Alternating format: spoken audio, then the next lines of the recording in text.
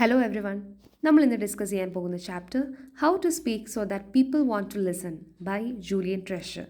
ഈ ഒരു ചാപ്റ്റർ ഒരു ടെഡ് ടോക്കാണ്. അദ്ദേഹത്തിൻ്റെ തന്നെ 40 മില്യൺ വ്യൂസ് വരുന്ന ഒരു ടെഡ് ടോക്കാണ് നമുക്കിവിടെ പഠിക്കാനുള്ളത്.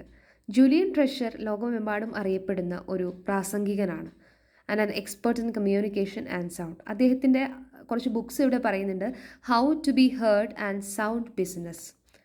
അദ്ദേഹം ഒരുപാട് TV പ്രോഗ്രാംസ് ഇൻക്ലൂഡിങ് BBC ചാനലിലൊക്കെ അദ്ദേഹത്തെ കാണാറുണ്ട്.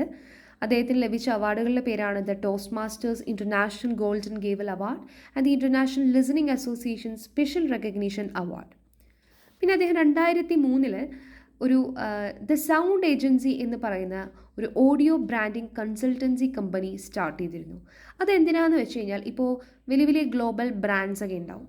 അങ്ങനെ വലിയ വലിയ കമ്പനീസിൻ്റെയൊക്കെ അഡ്വർടൈസ്മെൻറ്റ്സ് അല്ലെങ്കിൽ മാർക്കറ്റിംഗ് ബ്രാൻഡിങ് മേഖലകളിലെല്ലാം ഇപ്പോൾ സൗണ്ടിൻ്റെ ആവശ്യം. അഡ്വർടൈസ്മെൻറ്റ് എന്ന് പറയുമ്പോൾ എന്തായാലും അതിനൊരു പാട്ടോ എന്തെങ്കിലും വോയിസ് ഓവേഴ്സ് പുറകിൽ നിന്ന് ഒരു വോയിസ് കൊടുക്കുന്ന പോലെയൊക്കെ ആഡുകൾ ചിത്രീകരിക്കും. അപ്പോൾ അങ്ങനെ ആഡുകൾ ചിത്രീകരിക്കുമ്പോൾ അതിന് വേണ്ട മ്യൂസിക്, ശബ്ദങ്ങൾ അങ്ങനെയൊക്കെ കൊടുക്കുന്ന വേണ്ടിയിട്ട് ഹെൽപ്പ് ചെയ്യുന്ന ഒരു സൗണ്ട് ഏജൻസി അല്ലെങ്കിൽ ഒരു കൺസൾട്ടൻസി കമ്പനിയാണ് നമ്മുടെ ദി സൗണ്ട് ഏജൻസി എന്ന് പറയുന്നത്. അപ്പോൾ അത് നമ്മുടെ ടെക്സ്റ്റിലൊരു ചോദ്യമാണ്. അപ്പോൾ ജസ്റ്റ് ഒന്ന് നോട്ട് ചെയ്ത് വെക്കാം.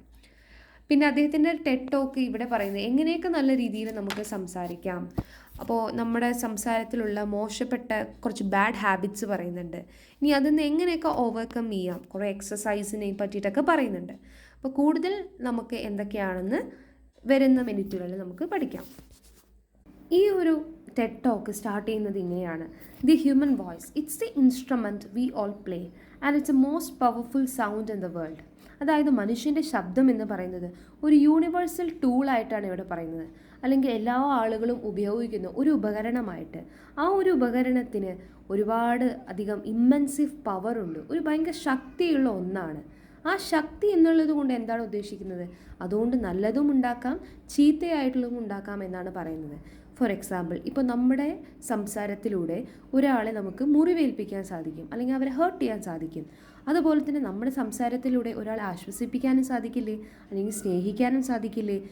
അത് തന്നെയാണ് ഇവിടെ പറയുന്നത്. നമുക്ക് പല അവസരങ്ങളിലായിട്ടും നമ്മളിപ്പോൾ ഒരുപക്ഷെ ഒരാളോട് സംസാരിക്കുമ്പോൾ ആ ആൾ നമ്മുടെ സംസാരങ്ങൾക്കൊന്നും കാതോർക്കുന്നില്ല, അല്ലെങ്കിൽ നമ്മൾ പറയുന്നൊന്നും കേൾക്കുന്നില്ല എങ്കിൽ നമുക്ക് എന്താണ് ഒരു അവസ്ഥ ഉണ്ടാവുന്നത്?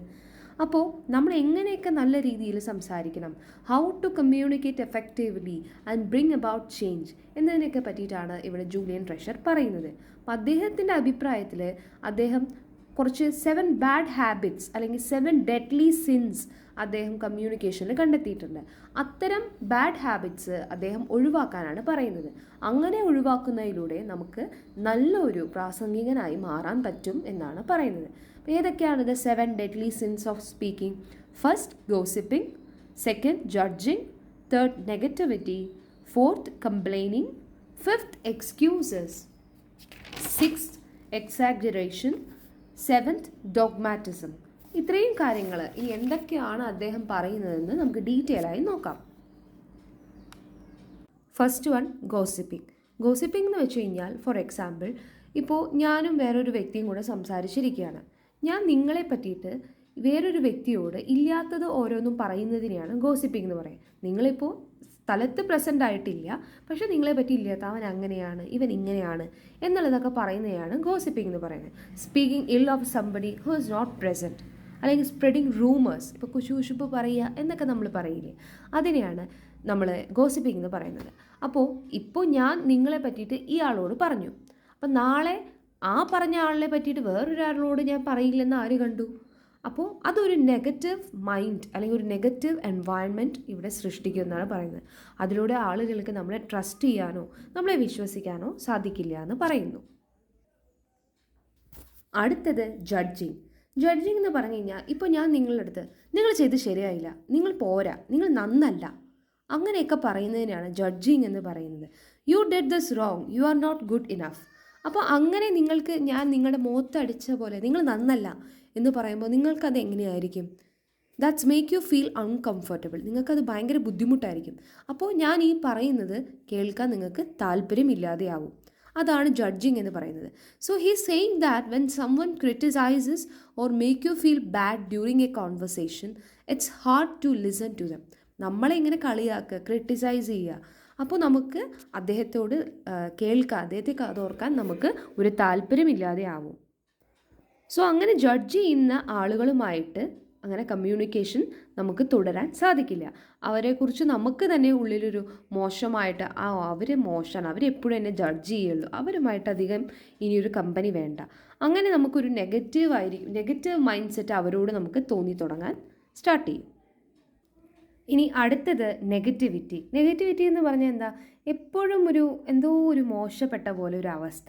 അപ്പം അദ്ദേഹം ഇവിടെ പറയുന്നത് അദ്ദേഹത്തിൻ്റെ അമ്മയുടെ ഒരു എക്സാമ്പിളാണ്. അദ്ദേഹത്തിൻ്റെ അമ്മ കുറച്ച് വർഷങ്ങൾക്ക് മുമ്പ് ഭയങ്കര നെഗറ്റീവാണ് എപ്പോഴും അവരുടെ സംസാരങ്ങളിൽ ഉണ്ടാവുക എന്നുള്ളത്. അപ്പോൾ ഒരാൾ നെഗറ്റീവ് ആയിരിക്കുമ്പോൾ അയാളോട് സംസാരിക്കാനും അദ്ദേഹം പറയുന്നത് കേൾക്കാനും നമുക്ക് താല്പര്യം കുറയുമെന്നാണ് പറയുന്നത്. ഇവിടെ അദ്ദേഹം ഒരു എക്സാമ്പിൾ പറയുന്നുണ്ട്. അദ്ദേഹത്തിൻ്റെ അമ്മ ഇന്ന് എന്താണ് തീയതി എന്ന് ചോദിച്ചപ്പോൾ ഇദ്ദേഹം ഉത്തരം പറഞ്ഞു, ഇറ്റ്സ് October 1 ടുഡേ എന്ന് പറഞ്ഞു. അപ്പോൾ അദ്ദേഹത്തിൻ്റെ അമ്മ തിരിച്ച് മറുപടി പറഞ്ഞു, I know, isn't it dreadful?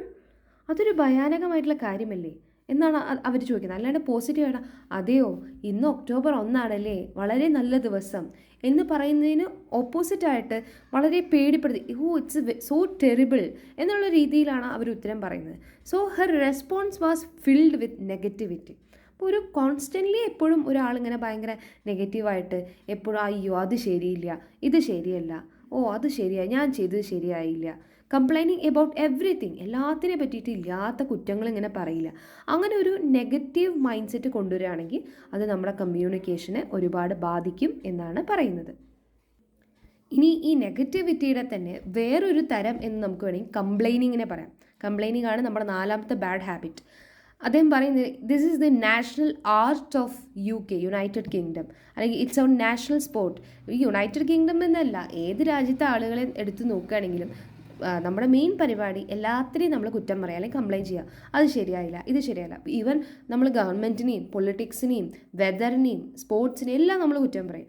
ഇപ്പോൾ ഒരു സർക്കാർ, ഇപ്പോൾ നമ്മുടെ ഫോർ എക്സാമ്പിൾ ഇപ്പോൾ നമ്മുടെ കേരളത്തിൽ UDF അല്ലെങ്കിൽ LDF ആര് ഭരിച്ചാലും തന്നെ നമ്മൾ എല്ലാ പാർട്ടിക്കാരെ ക്രിട്ടിസൈസ് ചെയ്യുന്ന ആളുകളുണ്ട്. അവർ ചെയ്തത് ശരിയായില്ല, അവരിങ്ങനെ ഫണ്ട് ഉപയോഗിച്ചത് ശരിയായില്ല, അവർ പണിത റോഡുകളെല്ലാം നാശമായിപ്പോയി. ഇതൊക്കെ സ്ഥിരമായി നമ്മുടെ ന്യൂസ് ചാനലുകളിൽ കണ്ടുകൊണ്ടിരിക്കുന്നതാണ്. അപ്പോൾ അടുത്തത് ആ ഒരു കംപ്ലൈനിങ് എന്ത് തന്നെയാണ്? നെഗറ്റിവിറ്റി തന്നെയാണ്. അത് നല്ല ഒരു സംഭവം അല്ലെങ്കിൽ ഒരു സൺഷൈൻ, നല്ലൊരു കാഴ്ചപ്പാടല്ല അവിടെ സ്പ്രെഡ് ചെയ്യുന്നത്. ഒരു നെഗറ്റീവ് മൈൻഡ് സെറ്റാണ് അവിടെ സ്പ്രെഡ് ചെയ്തുകൊണ്ടിരിക്കുന്നത്. It's not spreading sunshine and lightness in the world.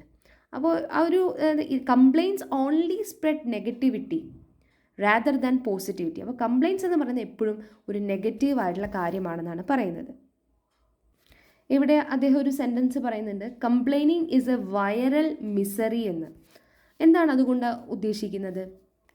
ഒരു വൈറസ് എങ്ങനെയാണ് ഒരു മനുഷ്യനെ അഫക്റ്റ് ചെയ്യുക? Just like a virus infects people and spreads from person to person, complaining also spreads negativity from one person to another. എങ്ങനെയാണ് ഒരു virus ബാധ ഒരാളിൽ നിന്ന് മറ്റൊരാളിലേക്ക് പോകുന്നത്? അതുപോലെ തന്നെയാണ് നമ്മൾ ഒരാളെ പറ്റി കുറ്റം പറയുന്നത് ഒരാളിൽ നിന്ന് ഇങ്ങനെ പടർന്നുകൊണ്ടിരിക്കുക. അതൊരു നെഗറ്റീവ് മൈൻഡ് സെറ്റ് എന്നിൽ നിന്നും നിങ്ങളിലേക്ക് എത്തും. So in other words, when someone complains, it not only affects their mood but can also bring others down. മറ്റൊരാളെയും കംപ്ലൈനിങ് ബാധിക്കാം എന്ന് പറയുന്നു. അടുത്തത് എക്സ്ക്യൂസസ് എന്ന് വെച്ച് കഴിഞ്ഞാൽ എന്താ? ഇപ്പം നമ്മൾ എന്തെങ്കിലും തെറ്റ് ചെയ്ത് കഴിഞ്ഞാൽ അതിൻ്റെ ഉത്തരവാദിത്തം നമ്മൾ ഏറ്റെടുക്കാതെ നമ്മൾ മറ്റൊരാളാണ് അതിന് കാരണം, അല്ലെങ്കിൽ മറ്റൊരാളെ ബ്ലെയിം ചെയ്യുക. ഫോർ എക്സാമ്പിൾ, ഇപ്പോൾ ഞാനൊരു തെറ്റ് ചെയ്തു. ഫോർ എക്സാമ്പിൾ, ഞാൻ ടാപ്പ് അടയ്ക്കാൻ മറന്നുപോയി. പക്ഷെ ഞാൻ പറയുന്നത് ഞാൻ ടാപ്പ് എടുക്കാൻ മറന്നതിൻ്റെ കാരണം എൻ്റെ അമ്മ എന്നോട് മറ്റൊരു ജോലി ചെയ്യാൻ പറഞ്ഞു, അതുകൊണ്ടാണ് എന്ന് പറയുന്നത് മറ്റൊരാളെ നമ്മൾ അവിടെ ഒരു കുറ്റക്കാരനാക്കി അല്ലെങ്കിൽ കുറ്റക്കാരിയാക്കി. സോ എ ബ്ലെയിം ത്രോവർ എന്നാണ് അദ്ദേഹം ഉദ്ദേശിക്കുന്നത്. ആ ഒരു ബ്ലെയിം, മറ്റൊരാളെ നമ്മൾ എന്ത് ചെയ്യാണ്? ബ്ലെയിം ചെയ്യണം, അദ്ദേഹം കാരണം കൊണ്ടാണ് ഞങ്ങൾ ഇങ്ങനെ ചെയ്തത്.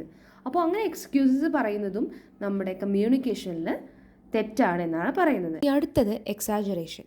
അതായത് ഞാനിപ്പോൾ ഒരു ആനയെ കണ്ടു, പക്ഷെ ഞാൻ നിങ്ങളോട് വന്ന് പറയുകയാണ് ഞാൻ 100 ആനയെ കണ്ടു, അടിപൊളിയായിരുന്നു എന്ന്. അതെന്താ? ഞാൻ ഇവിടെ തള്ളി മറിച്ചു നിങ്ങളുടെ അടുത്ത്, അല്ലേ? So making stories more exciting or dramatic. അപ്പോൾ ഇങ്ങനെ പറയുന്നതിലൂടെ നമ്മൾ ഒരു തരത്തിൽ നുണ പറയുകയാണ്.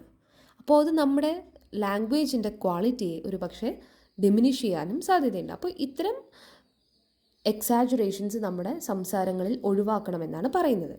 ഇനി അടുത്തത് ഡോഗ്മാറ്റിസം. ഇപ്പോൾ ഞാനൊരു കാര്യം പറയണം, the best way to study is by reading books. അതായത് പഠിക്കുക എന്നുള്ളത് ബുക്കുകൾ വായിച്ചു മാത്രമേ പഠിക്കാൻ പറ്റുള്ളൂ, അതാണ് ശരി. അതല്ലാതെ നിങ്ങൾ എന്ത് ചെയ്താലും തെറ്റാണ്. ഞാൻ പറഞ്ഞത് മാത്രമാണ് ശരിയെന്ന് ഞാൻ പറയുകയാണ്. പക്ഷെ അങ്ങനെ ചെയ്യുന്നത് ശരിയാണോ? അല്ല. നമുക്ക് വേറെ ഏതെങ്കിലും രീതിയിലൊക്കെ പഠിക്കാമല്ലേ. നമുക്ക് വേണമെങ്കിൽ ഇപ്പോൾ വീഡിയോ ക്ലാസ്സസ് കണ്ടുപിടിക്കാം. ഇപ്പോൾ നിങ്ങളിപ്പോൾ ഈ ഒരു ഓഡിയോ കേട്ട് നിങ്ങൾ പഠിക്കുന്നുണ്ട് അല്ലേ, അല്ലെങ്കിൽ നിങ്ങൾക്ക് ഗ്രൂപ്പ് ഡിസ്കഷൻസിലൂടെ പഠിക്കാം. അപ്പോൾ അങ്ങനെ പല രീതിയിൽ നമുക്ക് പഠിക്കാൻ പറ്റും. അപ്പം ഞാൻ പറയുന്നത് മാത്രമല്ല ശരി, പക്ഷേ എൻ്റെ ഭാഗത്ത് നിന്ന് നോക്കുമ്പോൾ ഞാൻ പറയുന്നതേ ശരിയുള്ളൂ. ഞാൻ പിടിച്ച മുയലിന് 4 കൊമ്പ് എന്ന് പറഞ്ഞ് ഭയങ്കര ഇതിൽ റിജിഡായിട്ട് ഫ്ലെക്സിബിളൊന്നും അല്ലാതെ ഞാനാണ് ശരി എന്നുള്ള രീതിയിൽ നിൽക്കുന്നതിനാണ് ഡോഗ്മാറ്റിസം എന്ന് പറയുന്നത്. അപ്പോൾ അവർ മറ്റുള്ള ഒരാളുടെ അഭിപ്രായമോ അവരുടെ ഒപ്പീനിയൻസോ ഫാക്ട്സോ ഒന്നും തന്നെ നോക്കില്ല. അപ്പോൾ അങ്ങനെയുള്ള ഒരാളുടെ കൂടെ നമുക്ക് സംസാരിക്കാൻ പ്രയാസമായിരിക്കും. അപ്പോൾ അത്തരം ഒരു രീതിയും നമ്മുടെ സംസാരങ്ങളിൽ ഒഴിവാക്കണമെന്നാണ് ജൂലിയൻ ട്രെഷർ പറയുന്നത്. അപ്പോൾ ഇത്രയൊക്കെയാണ് the 7 deadly habits of communication.